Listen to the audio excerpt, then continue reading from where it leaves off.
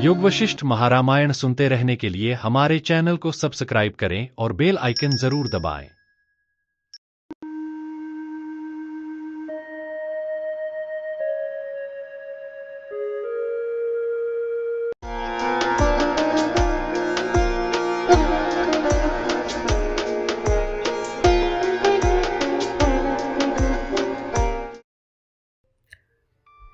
योग वशिष्ठ महारामायण सर्ग 45 स्थिति प्रकरण। मन का कार्य कभी सच्चा नहीं होता, कारण कि मनोरथ आदि में ऐसा देखा गया है। इसलिए मनोमय होने के कारण जगत असत है, सत्य ही सत है। यह वर्णन श्री वशिष्ठ जी ने कहा, यह जगत स्थित होता हुआ कुछ भी स्थित नहीं है, क्योंकि मन का विलास मात्र यह संपूर्णतया प्रतिभास मात्र ही स्थित है। प्रतिभास से अतिरिक्त यह शून्य ही है।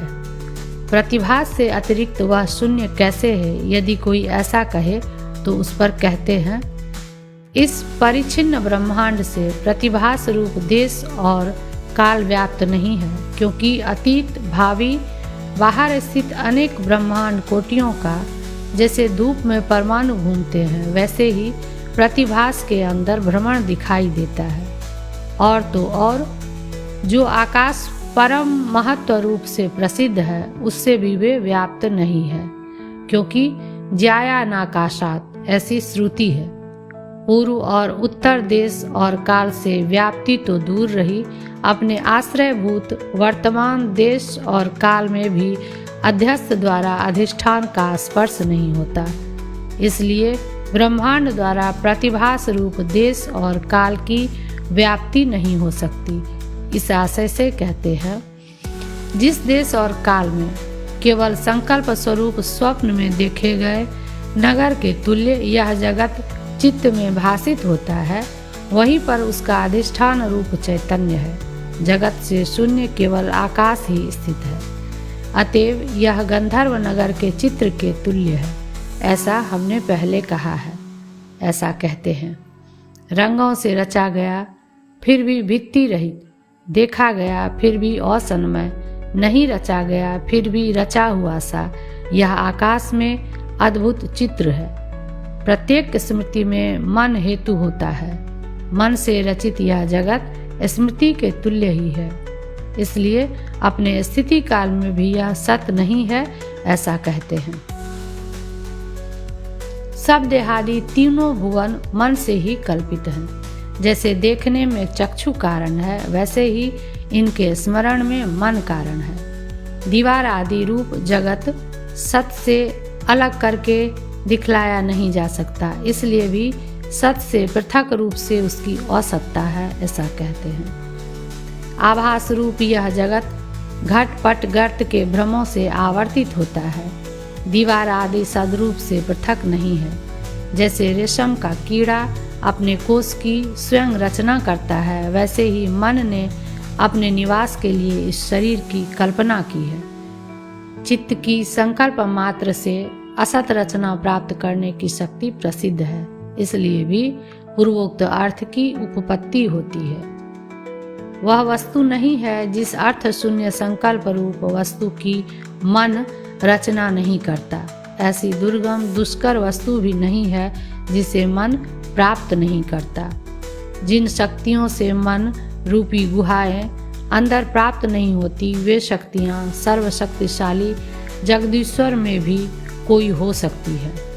यदि सदा ही यह जगत असत है तथा ब्रह्म सदा ही सत है और उनका परस्पर स्पर्श नहीं है, तो जगत में सत्ता और असत्ता कदाचित कभी होने वाली कैसे हो सकती है? इस पर कहते हैं, हे महाबाहो, सर्वशक्ति विभु के रहते सब पदार्थों की सत्ता और असत्ता सदा ही हो सकती है। भाव यह है कि सत्ता और असत्ता कदाचित कभी होने वाली नहीं है, किंतु सनातन है। उनकी परस्पर आविर्भाव द्वारा पारापारी से आवेश कल्पना ही अचिंत्य माया शक्ति द्वारा की जाती है। वह यह ईश्वर की सर्वशक्ति है। इसका अपने मन में ही प्रत्यक्ष दर्शन किया जा सकता है, ऐसा कहते हैं। मन ने अपने से उत्पन्न हुआ शरीर भावना से प्राप्त किया है। इस बात को आप देखिए। इसलिए हे श्री रामचंद्र जी, उस मन की कल्पना को ज्ञानियों ने सर्वशक्ति संपन्न बताया है। जगत में विचित्र पदार्थ शक्तियाँ भी सर्वशक्ति मन की कल्पना से ही है। इसलिए देवादि शक्तियों द्वारा भी मुक्ति का प्रतिरोध नहीं किया जा सकता, ऐसा कहते हैं। देवता, असुर, मनुष्य आदि सब अपने अपने संकल्प से किए गए हैं। अपने संकल्प की निवृत्ति होने पर तैल रहित दीप के समान वे शांत हो जाते हैं। हे महामते, इस संपूर्ण जगत को आकाश तुल्य अपनी कल्पना मात्र से विकसित उत्पन्न हुए दीर्घ स्वप्न के तुल्य आप देखिए। हे सुमते, इस जगत में कभी भी कुछ परमार्थ दृष्टि से न उत्पन्न होता है और न मरता है। मिथ्या दृष्टि से तो सब कुछ होता है। जो वस्तु कभी भी न कुछ वृद्धि को ही प्राप्त होती है और न ह्रास को प्राप्त होती है, उसमें खंडन से, काटने से क्या अपव्यय होगा और उसका खंडन ही क्या है। अपने शरीर से, मूंज से इशिका की तरह पृथक किए हुए भूमा रूप को परमार्थ दृष्टि से अपने अंतःकरण में न देखते हुए आप परिच्छिन्न आत्मदर्शन से अज्ञ की नाई क्यों मोह को प्राप्त हो रहे हैं। जैसे मरुभूमि में सूर्य की किरणों से मृग जल दिखाई देता है, वैसे ही मन के संकल्प से असत्य सब ब्रह्मा आदि दिखाई देते हैं। मनोरथ की नाई तथा दो चंद्रमाओं के विभ्रम के तुल्य मिथ्या ज्ञान से पूर्ण ये सब दृश्याकार राशियां जगत में उत्पन्न हुई है। जैसे नौका से यात्रा कर रहे लोगों की मिथ्या ही स्थानों में चलन प्रतीति होती है, वैसे ही दृश्य आकारों की परंपरा नित्य असत्य ही उदित हुई है। माया से जिसका पिंजर रचा गया है, मन के मनन से ही जिसका निर्माण हुआ है, ऐसे इस दृश्य को आप इंद्रजाल जानिए। यह सत्य नहीं है, फिर भी सत्य के समान स्थित है। यह संपूर्ण जगत ब्रह्म ही है। इसलिए भेद का प्रसंग किस प्रमाण से, किसके प्रकार का, कौन और कहाँ हो सकता है। यह पर्वत है, यह स्थाणु है और यह उनके अंतरालवर्ती आडंबरों का विलास है। ये सब मन की भावना की दृढ़ता से असत होते हुए भी सत से प्रतीत होते हैं।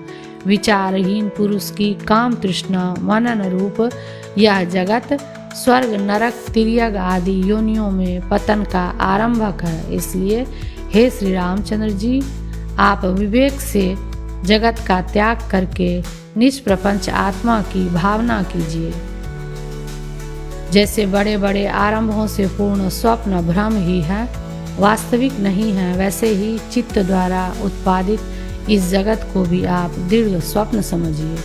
दृश्यमान अवस्था वाला बहुत विस्तीर्ण अतएव रमणीय सा वस्तुतः तुच्छ आशा रूपी सर्पों का बिल रूप इस संसार आडंबर का त्याग कीजिए। यह असत है, यह जानकर इससे प्रेम न कीजिए। विद्वान पुरुष यह मृग जल है, यह जानकर उसके पीछे नहीं दौड़ते। जो मूढ़ पुरुष अपने संकल्प से स्वरूप युक्त हुई मनोरथमयी राजलक्ष्मी के तुल्य इस जगत का अनुसरण करता है, वह एकमात्र दुख का ही पात्र होता है। इसके अनुगमन से केवल अनर्थ ही प्राप्त नहीं होते, किंतु पुरुषार्थ का नाश भी होता है, ऐसा कहते हैं।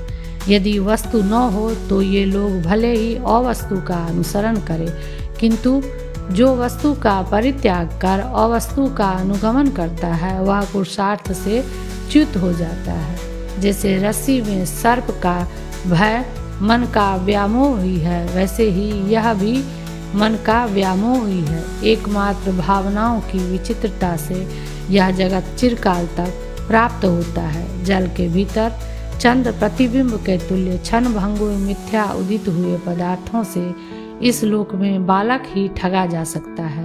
आपके तुल्य तत्वज्ञानी पुरुष नहीं ठगा जा सकता है। जो पुरुष शब्दादि गुणों के समूह रूप इस देह आदि की भावना करता हुआ, अर्थात देह आदि में अहं मम ऐसा अभिमान करता हुआ सुखी होना चाहता है, वह जड़ अपनी अग्नि की भावना से शीत को हटाना चाहता है। यह जड़ संघात देह आदि रूप विशाल जगत हृदय में मन के संकल्प से निर्मित विशाल नगर के समान असत ही है। यदि यह ऐच्छिक संकल्प से उत्पन्न हुआ है तो ऐच्छिक निवृत्ति के संकल्प से क्यों नहीं निवृत्त हो जाता है? यदि ऐसा कहे तो उस पर कहते हैं, यह दृश्य प्रपंच मन की इच्छा से उपजता है और मन की अनिच्छा से राग का विनाश होने से ही विलीन हो जाता है। इस तरह का यह विशाल गंधर्व नगर के तुल्य झूठ मूठ ही दिखाई देता है। इसलिए इसके विनाश या वृद्धि में शोक और हर्ष करना उचित नहीं है। हे श्री रामचंद्र जी, इस जगत के नष्ट होने पर कुछ भी नष्ट नहीं होता और इस जगत की समृद्धि होने पर कुछ भी समृद्ध नहीं होता। हृदय में मन से कल्पित विशाल नगर के खंडहर हो जाने पर और वृद्धि को प्राप्त होने पर भला बतलाइए तो सही, किसका क्या नष्ट हुआ और क्या बढ़ा। जैसे खेल के लिए गुड़िया आदि द्वारा पुत्र पशु आदि व्यवहाराभास की कल्पना बालकों के मन में होती है, वैसे ही यह जगत भी मन से ही निरंतर उदित होता है। उसके लिए शोक करना उचित नहीं है। जैसे इंद्रजाल के जल के नष्ट भ्रष्ट होने पर किसी का कुछ भी नष्ट नहीं होता। जो असत है वह यदि अविद्यमान ही हो जाए तो किसका क्या बिगड़ेगा, अर्थात कुछ भी नहीं। इसलिए संसार में हर्ष और शोक का विषय कुछ भी नहीं है। इस प्रकार नाश के स्वीकार द्वारा शोक की अयोग्यता कहकर वस्तुतः नाश ही किसी का नहीं है, ऐसा कहते हैं, जो अत्यंत असत ही है। इसलिए उसका नाश ही क्या होगा। जब नाश नहीं है तब हे महामते दुख का कौन अवसर है। अध्यस्त दृष्टि से नाश के असंभव का उपादन कर अधिष्ठान दृष्टि से भी उसका उपादन करते हैं। अथवा जो अत्यंत सत्य ही है उसका क्या नाश होगा। यह सब जगत एकमात्र ब्रह्म ही है, तो सुख और दुख किसके कारण उदित हो, अर्थात वे उदित है ही नहीं। उत्पत्ति का खंडन करने से वृद्धि आदि विकारों का भी खंडन हो ही गया। इसलिए तन निमित्तक हर्ष भी ठीक नहीं है, ऐसा कहते हैं। जो अत्यंत असत है उसकी वृद्धि कैसी। वृद्धि का अभाव होने पर तो हे महाबुद्धि श्री रामचंद्र जी हर्ष का कौन अवसर है। इष्ट पदार्थ की प्राप्ति में हर्ष होता है, मायामय जगत में इष्ट पदार्थ ही नहीं है, ऐसा कहते हैं। सर्वत्र असत्यभूत एकमात्र प्रपंचकारी इस संसार में क्या उपाय दे है जिसे विद्वान पुरुष चाहे। इसी प्रकार जो पुरुष सबको आनंद रूप से देखता है उसको हे भी कुछ नहीं है, ऐसा कहते हैं। सर्वत्र सत्य रूप ब्रह्मत्व में इस त्रिभुवन में कौन पदार्थ हेय है जिसका विद्वान लोग त्याग करें। न हो सकने के कारण वह पुरुष सुख और दुख का आगम्य नहीं है, किंतु मूर्ख तो पुत्र मित्र आदि के विनाश से, जो कि अपनी भ्रांति से कल्पित है, दुखी होता है। असत और सत पक्षों में समान उपपत्ति दिखलाते हैं। आदि और अंत में जो नहीं है वर्तमान में भी उसकी सत्ता असत्ता ही है। हे श्री रामचंद्र जी, जो यह असत है इस पक्ष की इच्छा करता है उसको असत्ता ही दिखाई देती है। भाव यह है कि असद्वा इदम अग्र आसित, सृष्टि से पहले यह असत ही था। नैवेह किंचिनाग्र आसित, यहाँ पहले कुछ भी न था।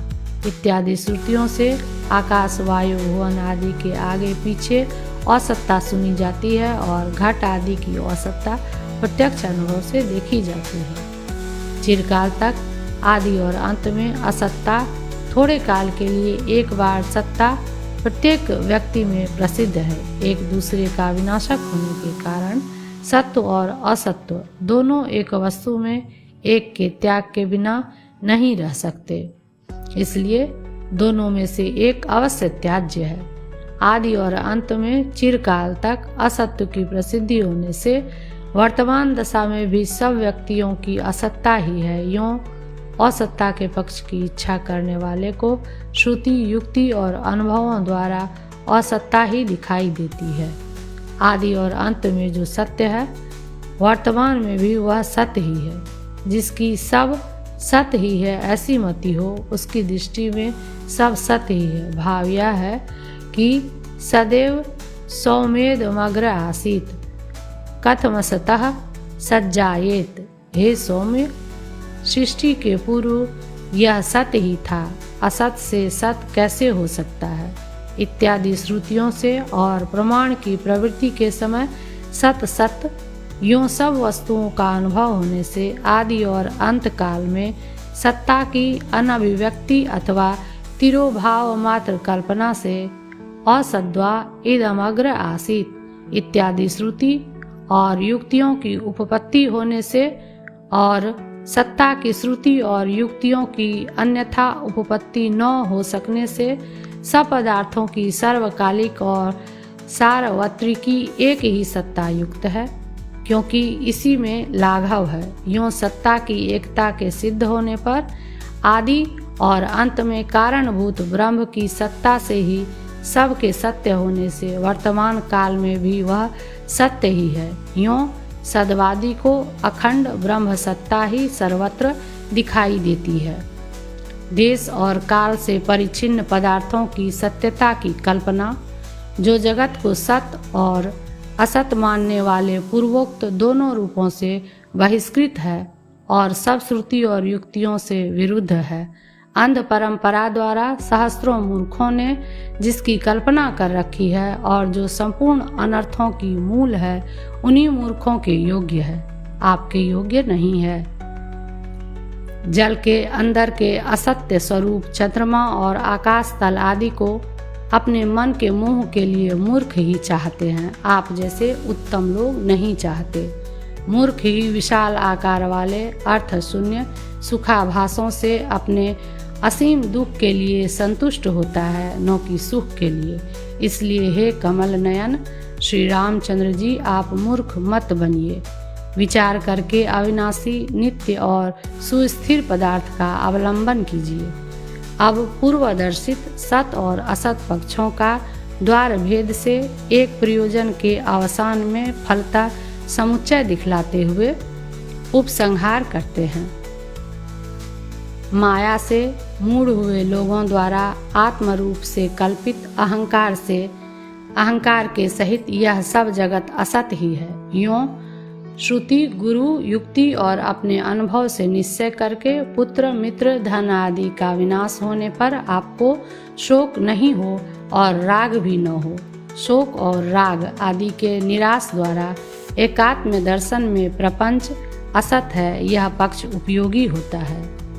इस प्रकार अन्यार्थ और सद्वाद के प्रस्ताव से जगत निस्तत्व ही है, ऐसा आपको नहीं समझना चाहिए, किंतु संपूर्ण वह सत्य है, क्योंकि सत्य की प्रसिद्धि न होने पर उसके विरोधी असत्य की भी प्रसिद्धि नहीं हो सकती। यदि सत्य को प्रसिद्ध मानो तो उसका विरोधी होने से असत असिद्ध ही हुआ। इस प्रकार सब जगह सत्ता द्वारा निरस्त असत्ता निराधार ही है, कहीं पर किसी का वह परिच्छेद नहीं कर सकती। इसलिए एकमात्र अपरिच्छिन्न सत्य की सिद्धि होने पर घट पट आदि परिच्छेदक आकारों के पृथक रूप से शेष न रहने के कारण शोधित चिन्ह मात्रय करस प्रत्यगात्मा से युक्त सत्य ही मैं हूँ, यह विचार कर अपने आत्मा में स्थित आपको पुनः पुनः सांसारिक जन्म मरण आदि विषाद की प्राप्ति न हो। श्री वाल्मीकि जी ने कहा, मुनि के ऐसा कहने पर दिन बीत गया, सूर्य अस्ताचल को चले गए। सभा मुनि जी को नमस्कार करके सायंकाल की संध्या विधि के लिए स्नानार्थ चली गई। दूसरे दिन रात बीतने पर सूर्योदय के साथ साथ फिर सभा लग गई। 45वां सर्ग समाप्त।